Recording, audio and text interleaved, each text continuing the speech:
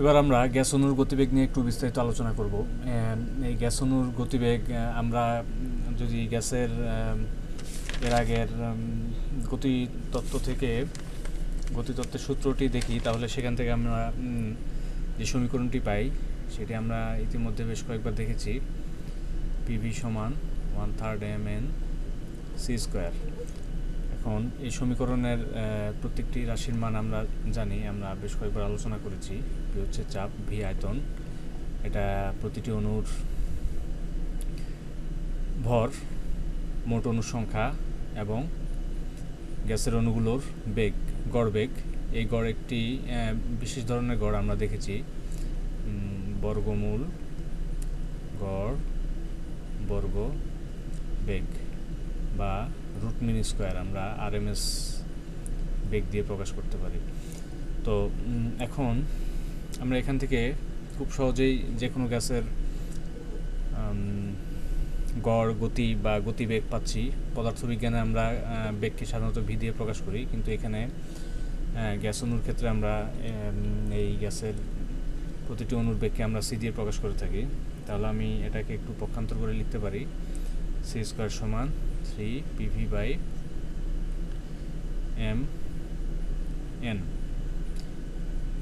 এখানে এটাকে মূল সংখ্যার সাথে গুলিয়ে ফেলা যাবে না, আমরা মূল সংখ্যাকেও এন দ্বারা প্রকাশ করি, কিন্তু এই সমীকরণে আমরা এন বলছি মোট অণুর সংখ্যাকে, মোট অণুর সংখ্যা। এখন আমরা এক মোল গ্যাসের জন্য গ্যাসের আদর্শ গ্যাস সমীকরণটি আমরা লিখতে পারি এভাবে, পিভি সমান আরটি। আমরা এর আগে প্রমাণ করেছি পিভি সমান এন আর টি। এখানে এন ছিল আসলে মোল সংখ্যা। যদি এক মোল গ্যাসের জন্য আমরা এই সমীকরণটি নেই, তাহলে আমরা লিখতে পারি খুব সহজেই পিভি সমান আরটি।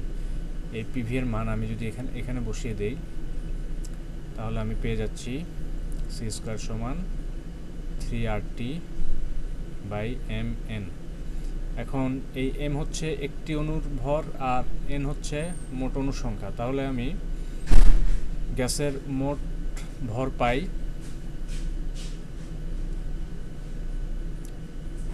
এম ইন্টু এন সমান এম। এখন এক মোল গ্যাসের ক্ষেত্রে আমরা জানি এক মোল গ্যাসের ক্ষেত্রে গ্যাসের ভর হবে তার আণবিক ভর, অর্থাৎ এই ক্ষেত্রে এম এবং এন এর গুণফল হবে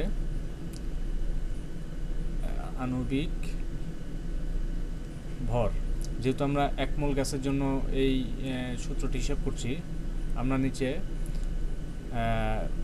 মোট অণুর সংখ্যাকে প্রতিটি অণুর ভর দিয়ে গুণ করলে আমরা মোট গ্যাসের অণু পাবো, এবং সেটা যেহেতু এক মোল, সেই কারণে আমরা সেটাকে আমরা জানি যে কোনো গ্যাসের এক মোলের ভর হচ্ছে তার আণবিক ভর, বা আণবিক ভরকে যদি আমরা ভরের এককে বা গ্রামে প্রকাশ করি, তাহলে সেটাই হবে তার মূল সংখ্যা। তাহলে আমি এখানে আণবিক ভর দিয়ে এটাকে প্রতিস্থাপন করে লিখতে পারি সি স্কোয়ার সমান 3RT ডিভাইড বাই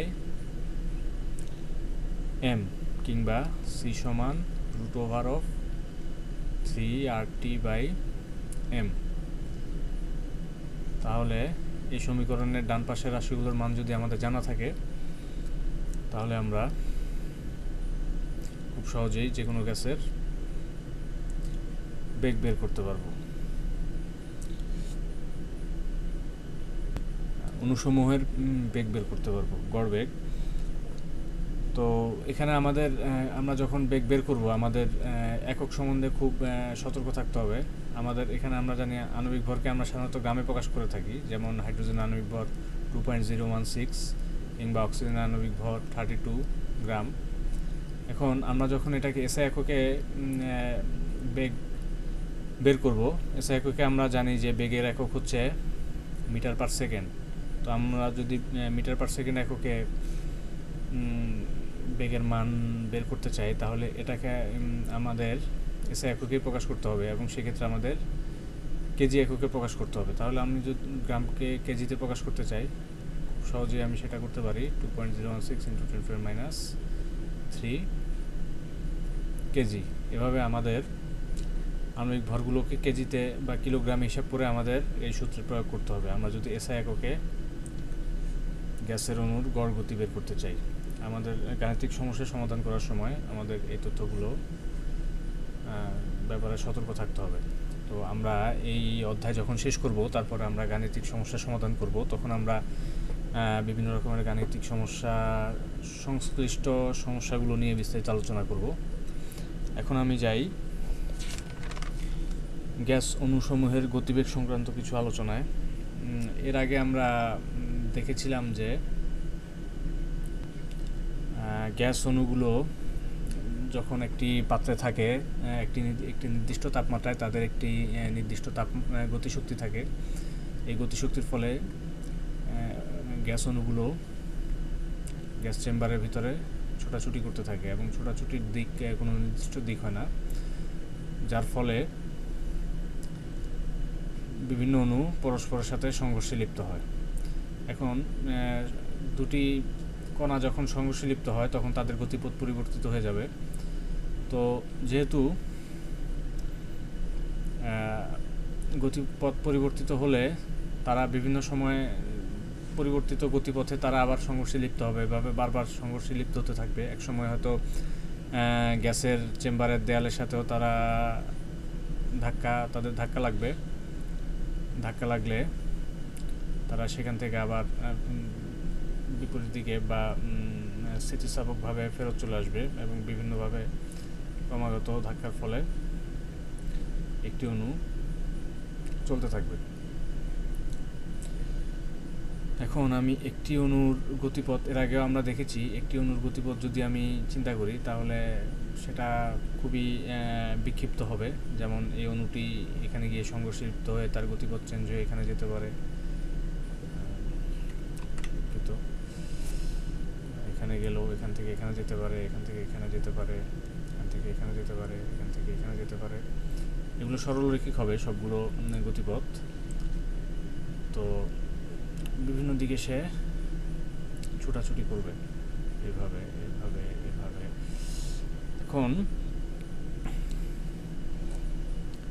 আমরা বুঝতেই পারছি যে প্রত্যেকটি অণু যেহেতু স্থিতিস্থাপক, তাদের মধ্যে খুব সংঘর্ষের জন্য খুব স্বল্প সময় থাকবে, অর্থাৎ তারা যেটুকু সময় সংঘর্ষ করবে তার মাঝখানে তাদের একটি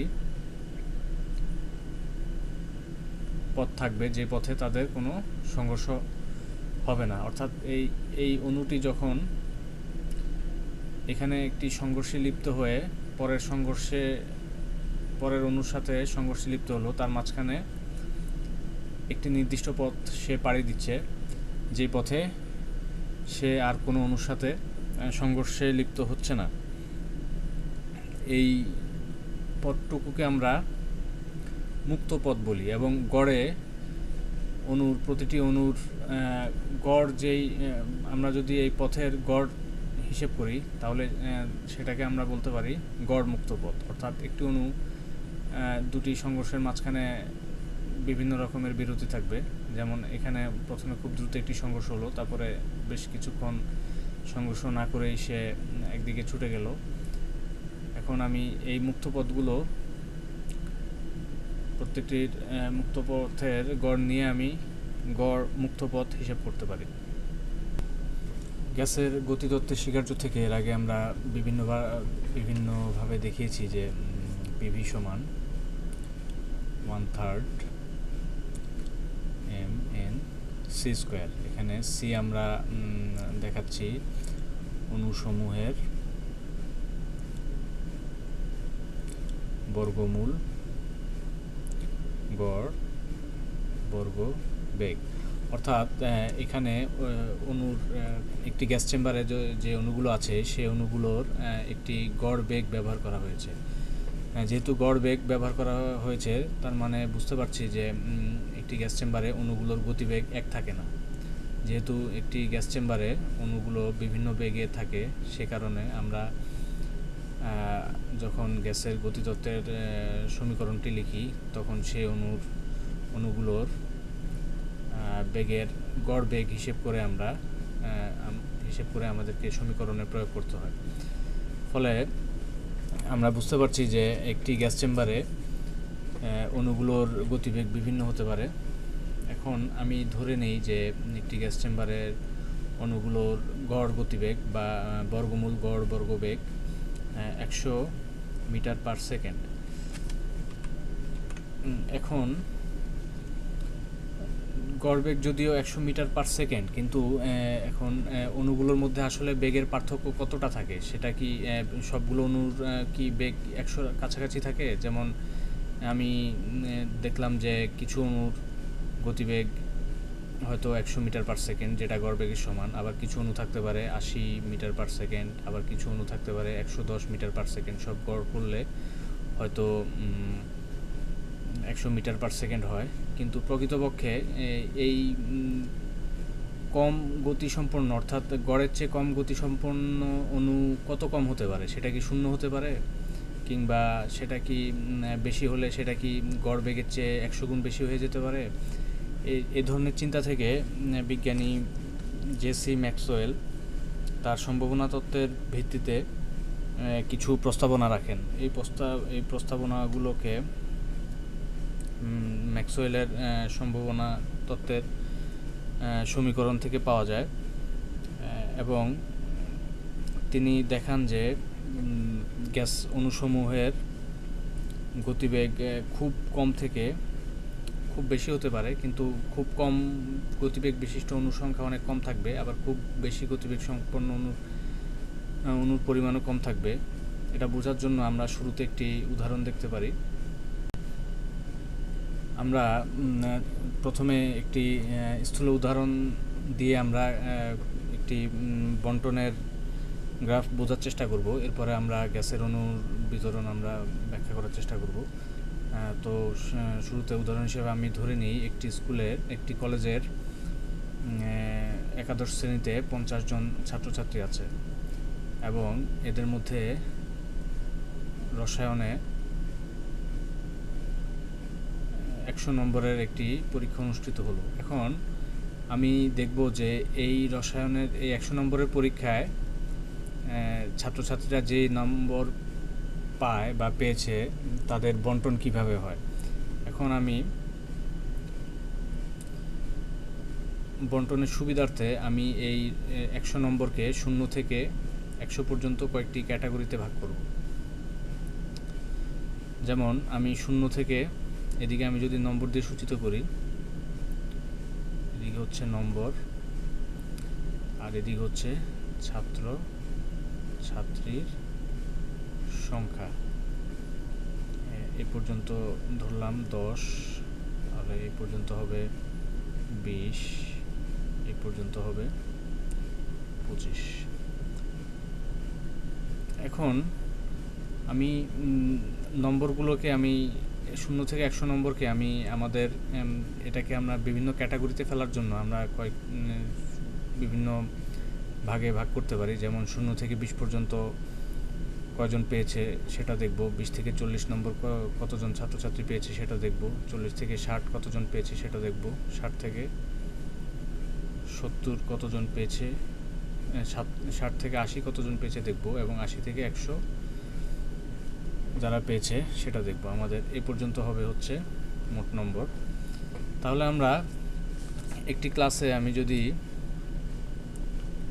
পর্যবেক্ষণ করি তাহলে দেখব যে খুব কম নম্বর পাওয়া ছাত্রছাত্রীর পরিমাণ খুব কম হবে। তাহলে আমি ধরতে পারি 0 থেকে 20 পেয়েছে এমন ছাত্রছাত্রী আছে 3 জন। আমি এখানে তাহলে সেই গ্রাফটা অঙ্কন করি, যেমন 3 এইখানে আসতে পারে। তাহলে 0 থেকে 20 পর্যন্ত পাওয়া ছাত্রছাত্রী 3 জন। 20 থেকে 40 পাওয়া ছাত্রছাত্রী আরেকটু বেশি হবে, সেটা ধরতে পারি আমি 7 জন।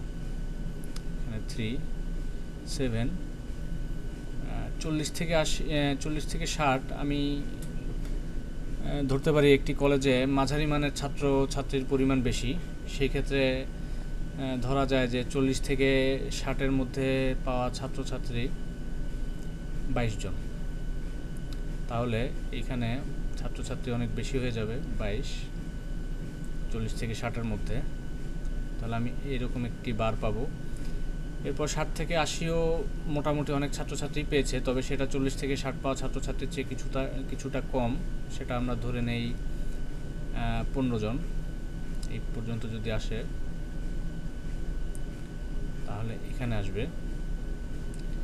এবং খুব ভালো ফলাফল করা ছাত্রছাত্রীর পরিমাণও খুব কম থাকবে, আমরা ধরে নেই সেটা 3 জন।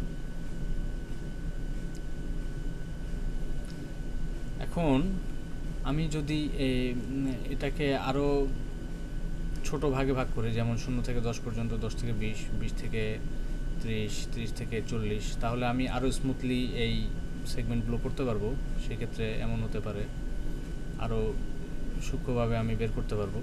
এখন আমি যদি এই সবগুলো ক্যাটাগরির ছাত্র সংখ্যার একটি গ্রাফ অঙ্কন করি, তাহলে আমি এমন একটি গ্রাফ পাচ্ছি। এখানে আমি যদি এই ক্যাটাগরিগুলোকে ছোট ছোট ভাগে ভাগ করি, তাহলে এই গ্রাফটি আমি হয়তো আরও স্মুথ করতে পারবো, হয়তো বেশ স্মুথলি আমি এটাকে আঁকতে পারবো। তাহলে এটাকে আমরা বলবো যে বন্টন লেখ চিত্র, অর্থাৎ একটি বিষয়ের উপরে বিভিন্ন জনের নম্বরের বন্টন কিভাবে হয় সেটা আমরা দেখতে পাচ্ছি। এখন আমি যদি আরেকটি কলেজ চিন্তা করি, যেখানে ছাত্রছাত্রীরা আরেকটু ভালো ফলাফল করেছে গড়ে, তাহলে দেখব যে আমি তাদের বন্টন এখানে 60 থেকে 80-র মধ্যে পাওয়া ছাত্রছাত্রীর পরিমাণ হয়তো আর একটু বেশি হবে, এবং 40 থেকে 60 পাওয়া ছাত্রছাত্রী একটু কম হবে, হয়তো 80 থেকে 100 পাওয়া ছাত্রছাত্রী আর একটু বেশি হবে, এবং তাদের গড় করলে আমি হয়তো দেখব যে এটা এদিকে চলে এসেছে। এবং আমি যদি আরেকটি কলেজ নেই যেখানে ছাত্রছাত্রীদের ফলাফল আরেকটু বাজে হয়েছে, তাহলে দেখব যে 20 থেকে 40 হয়তো ছাত্রছাত্রী আরেকটু বেশি পেয়েছে নম্বর, 0 থেকে 10-এর মধ্যেও ছাত্রছাত্রী আরেকটু বেশি পেয়েছে নম্বর, 80 থেকে 100-তে নাম্বার পাইনি বললেই চলে। তাহলে দেখব যে আমি এই কার্ভটি শিফট করে এদিকে চলে এসেছে। অর্থাৎ আমি 3টি কলেজের ছাত্রছাত্রীদের মধ্যে যদি আমি কম্পেয়ার করি, তাহলে দেখতে পাই যে কলেজের ফলাফল একটু খারাপ হয়েছে বেশি, তাদের ছাত্রছাত্রীদের গ্রাফটি হচ্ছে এমন, যাদের ফলাফল মাঝারি মানের হয়েছে তাদের গ্রাফটি হচ্ছে এমন, যাদের ফলাফল খুব ভালো হয়েছে তাদের ফলাফল এমন। আমরা এটাকে একটু ভিন্ন রঙে দেখি। এখন আমি যদি আমরা শুরুতে যে কলেজটি নিয়েছিলাম মাঝামাঝি ফলাফল প্রাপ্ত ছাত্রছাত্রীদের কলেজ, এখানে যদি আমি এই ছাত্রদের গড় নম্বর বের করি, আমরা এর আগে বন্টন করেছি যে কোন গ্রুপে কত ছাত্র নাম্বার পেয়েছে। আমরা এখন এদের গড় বের করি। আমরা গড় করলে দেখতে পাবো যে মাঝারি মানের ফলাফলকৃত কলেজের ছাত্রছাত্রীদের রসায়নের নম্বরের গড় হচ্ছে 53.2। অর্থাৎ আমি দেখতে পাচ্ছি যে ছাত্রছাত্রীদের নম্বরের গড় ছাত্রছাত্রীদের অর্থাৎ যেই নম্বরের গড় যেখানে আছে, যে ক্যাটাগরিতে আছে, সেই ক্যাটাগরিতে ছাত্রছাত্রীর পরিমাণ সবচেয়ে বেশি। অর্থাৎ অধিকাংশ ছাত্রছাত্রী গড়ের কাছাকাছি নম্বর পেয়েছে। এবং আমি গড় থেকে যত দূরে যাব, যত কমতে থাকবে আমার, তত ছাত্রছাত্রীর পরিমাণও কমতে থাকবে।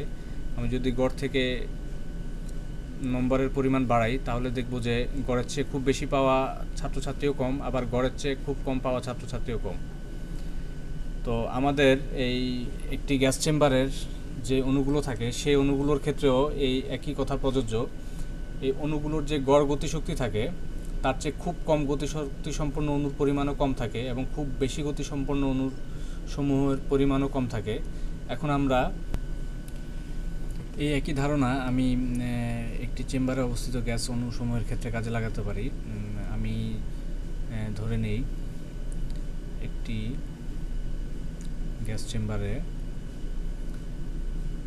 এদিকে আমি ধরলাম যে অণুর গতিবেগ এবং এই পাশে হচ্ছে অণুর সংখ্যা। তাহলে আমি প্রথমে আমি T1 তাপমাত্রায় ধরলাম আমি অণুগুলোর গড় গতিবেগ এই জায়গাটা। তাহলে গড় গতিবেগের কাছাকাছি অণু সংখ্যা সবচেয়ে বেশি থাকবে, অর্থাৎ এটা যদি গড় গতিবেগ হয় তাহলে আমি এখানে অণু সংখ্যা পাবো অনেক অনেক বেশি। তার চেয়ে আমরা যত কমতে থাকবে অণুর গতিবেগ যত আমরা কমাবো, কম গতিবেগ সম্পন্ন অণুর পরিমাণ আমরা কম পাবো। একইভাবে আমি এখানে যদি অণুর গতিবেগ নিই, দেখব যে এখানে অণু সংখ্যা কমছে এবং একেবারে শূন্যতে খুব কম সংখ্যক অণু আছে, খুব কম গতিবেগ সম্পন্ন অণুর পরিমাণ খুব কম। আবার আমি গড়ের চেয়ে যখন গতিবেগ বাড়াবো, দেখব যে এখানে অণুর পরিমাণ আস্তে আস্তে কমবে এবং এভাবে খুব উচ্চ গতি সম্পন্ন অণুর পরিমাণও অনেক কম থাকবে। ফলে আমি এই ধরনের একটি কার্ভ পাবো। এখন আমি যদি টেম্পারেচার একটু বাড়াই, আমি যদি টেম্পারেচার T2 নেই, তাহলে অণুর গতিবেগ গড় গতিবেগ একটু বেড়ে যাবে। আমি ধরলাম যে T2-র ক্ষেত্রে অণুর গড় গতিবেগ, যেহেতু আমরা জানি যে তাপমাত্রা বৃদ্ধি করলে অণুর গড় গতিবেগ বৃদ্ধি পায়, তাহলে অণুর গড় গতিবেগ বৃদ্ধি পাচ্ছে। কিন্তু এখানে একটা জিনিস উল্লেখ্য, আমি যখন অণুর গড় গতিবেগ তাপমাত্রা যখন বাড়াচ্ছি, তখন অণুর গড় গতিবেগ বাড়ার সাথে সাথে অণুর গতি বেশি হওয়ার সম্ভাবনাও একটু বেড়ে যাবে, অর্থাৎ তখন আরেকটু বেশি ব্যাপ্তিতে এই অণুগুলো বিরাজ করবে। ফলে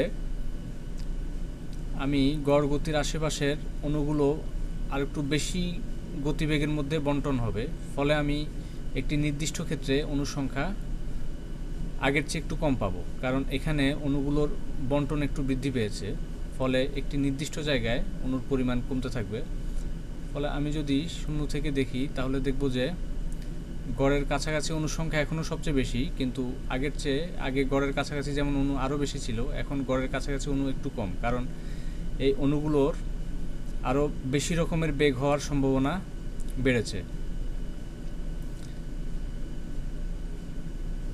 ফলে আমি আগের চেয়ে কার্ভটি একটু নিচু অবস্থায় পাবো। এখন আমি যদি তাপমাত্রা কমিয়ে দেই, এখানে আমি T3-তে আমার তাপমাত্রা যদি কম থাকে, তাহলে আমি দেখব যে অণুর গতির রেঞ্জ অনেক কম, কারণ যেহেতু তাপমাত্রা কম, অণুর গতির রেঞ্জ হবে কম। সেই ক্ষেত্রে একটি নির্দিষ্ট জায়গায় অণুর পরিমাণ পাওয়া অনেক বেড়ে যাবে, কারণ এই ক্ষেত্রে বণ্টনের সুবিধা তাদের কম। ফলে একটি নির্দিষ্ট জায়গায় অণুর নির্দিষ্ট গতিসম্পন্ন অণুর পরিমাণ তখন আমরা আগের চেয়ে অনেক বেশি পাবো। যদিও এখানেও আমরা শূন্যের কাছাকাছি গতিসম্পন্ন অণু পাবো, কিন্তু দেখা যাবে যে গড়ের কাছাকাছি অণু এখানে সবচেয়ে বেশি। এবং আমরা যদি এই পর্যন্ত অণুর বণ্টন ধরে নেই, যে এর চেয়ে বেশি গতিসম্পন্ন অণু পাওয়ার সম্ভাবনা খুব কম, যেহেতু তাপমাত্রা কম। ফলে আমরা এরকম একটি গ্রাফ পাবো, যেখানে T3-এর চেয়ে T1 বেশি এবং T1-এর চেয়ে T2 বেশি।